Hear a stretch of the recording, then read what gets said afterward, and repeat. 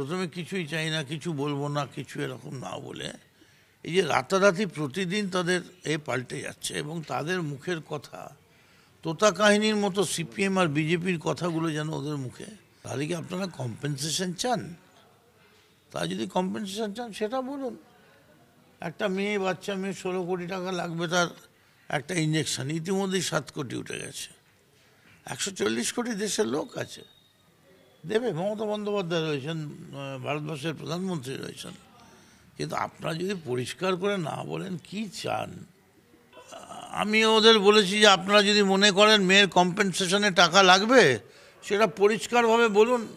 এমনিতেই তো কয়েক কোটি টাকা ডাক্তারদের আন্দোলনে উঠে গেছে, আপনারা চাইলে এই মুহূর্তে হাজার হাজার কোটি টাকা উঠে যাবে। সেটা যদি আপনারা মনে করেন সেটা যথেষ্ট, ওই টাকা দিয়ে মেয়ের নামে ভালো কাজ করবেন।